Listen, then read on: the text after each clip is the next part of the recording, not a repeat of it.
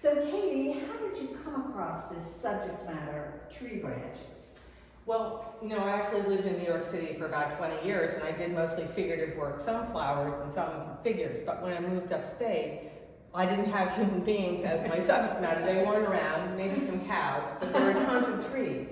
And it actually took me a long time to even look at trees because I felt the same to me. But when I was out walking, I would find sticks on the ground. And the sticks always had some kind of incredible mushrooms or fungus or moss on them, and I would pick them up and bring them back to my studio.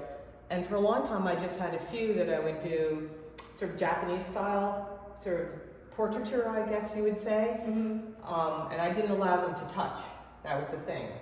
Right. But then after a while, I had an entire wall of branches and trees in my studio, and I thought about the fact that they could actually interact. And that's when someone said, why don't you try it? And I came up with the idea of the cocktail party, which is a whole series that I did with you in the gallery last time, and I continue. So I like putting them in situations, and a lot of times when I find trees, I'm very picky.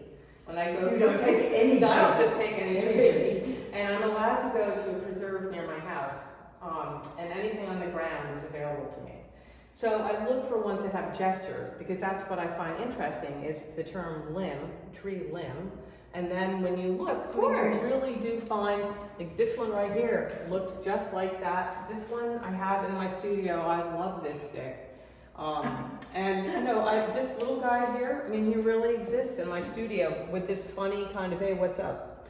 So I pick up sticks that I feel have some kind of personality that I can use in the studio, and I have quite a collection. So now I get to watch them change as they get older, because they do lose some of the colors that they first come into the studio.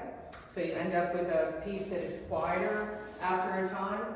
But I also am allowed as an artist to use my imagination. Yes, you so are. I can go back and forth from what they were to what they are and what I want them to be. And that's one of the joys of being a painter.